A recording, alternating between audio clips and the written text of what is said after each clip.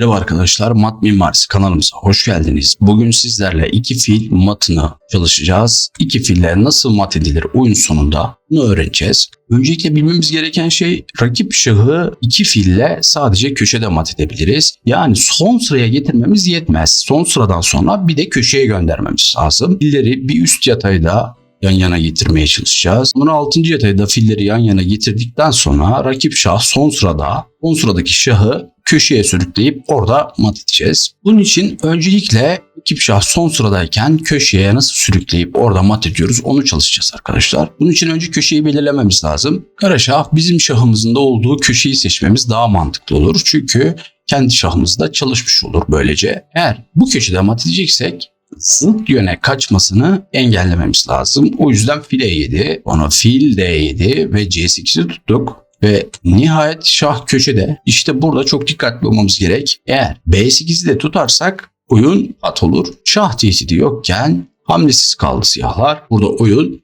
pat oldu. İstiyoruz ki şah köşedeyken hamle sırası bizde olsun, onda olmasın.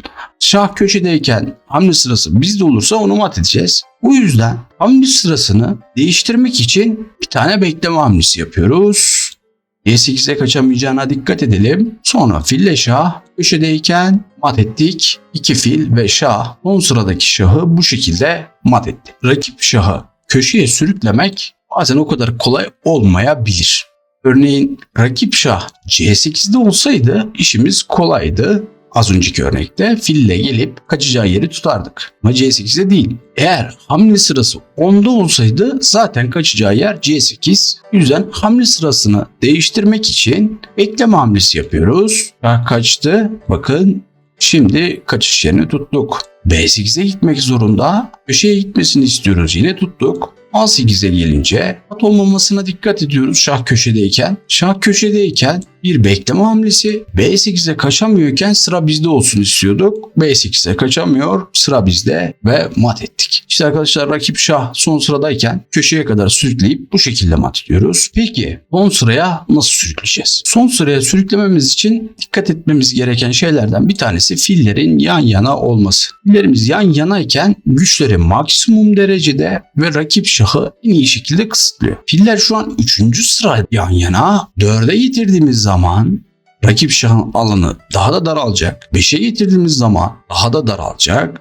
Ve 6'ya getirdikten sonra da rakip şah sıkışmış olacak. Şu an 4. sırada bakın rakip şahın alanı daha da azalmış. 5. sıradayken çok daha azalmış rakip şahın kaçış karesi. 6. sıradayken ise rakip şahın sadece bir tane gidecek yeri var, başka yok. Amacımız filleri adım adım bir üst yatayda yan yana getirmek. Bunun için şahın yardımına ihtiyacımız var. Bu yüzden şah geldi. Dikkat edin. Fili üst sırada yan yana getirmek için önce bu fili attık ve eğer hamle sırası bizde değil kara şahta olsaydı şah arkaya gidecekti ve biz fili yan yana getirecektik. O yüzden hamle sırasını siyaha vermek için bir tane bekleme hamlesi yapıyoruz. Kaçtı ve filler artık 4. sırada yan yana. Evet, şah yardıma geldi. Dikkat edin. Yine hamle sırasını rakibe veriyoruz ve filleri yine yan yana getirdik. Filler 6. sırada yan yana oldu. Filleri yan yana getirmek için kullanacağımız diğer metotta arkadaşlar mesela şu konumda fillerin tuttuğu yerlere gitmemiz lazım. Şahın kaçış karesini bulacağız. E6'yı tutarsak şah arkaya gitmek zorunda. Evet, arkaya gitti. Ve şimdi filimizi getirdik. Sonra da